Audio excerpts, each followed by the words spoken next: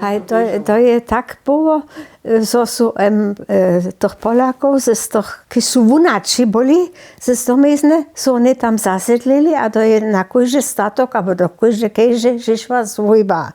A te są potom, ja neviem, što je to v obzamknu, so maja so Němci usiedlić.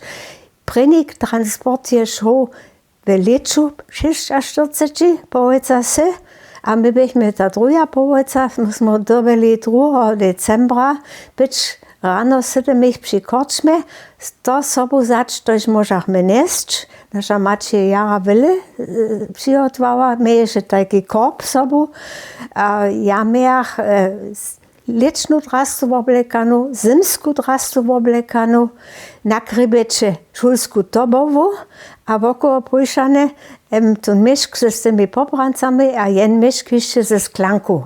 A tak jsme se zetkali przy korčme, Boku a my są oni na koniacym zapszahu wezli do Jeleniej Góry, a nasza macie dopiero te 30 kilometrów bieżeć. To jsme potom tam przyszli na dworniszczo, a oni są nas zamestnili w wagonach. A ponie najskere są ja najskere, te wagony były jara pełne ludzi, są ja najskere husła, dokiż ja so dopominam, jenoż na to, że jsme w Wędlinecu, Niemcy Kolfort, wonderbili, a przez niekajkę rumność, gdzie są oni nas pryskali przeciwko sam. A potem jsme šišli, ja neviem, gdzie, a czym ja potom wieczaru zase spała, albo nešto do Žitawe.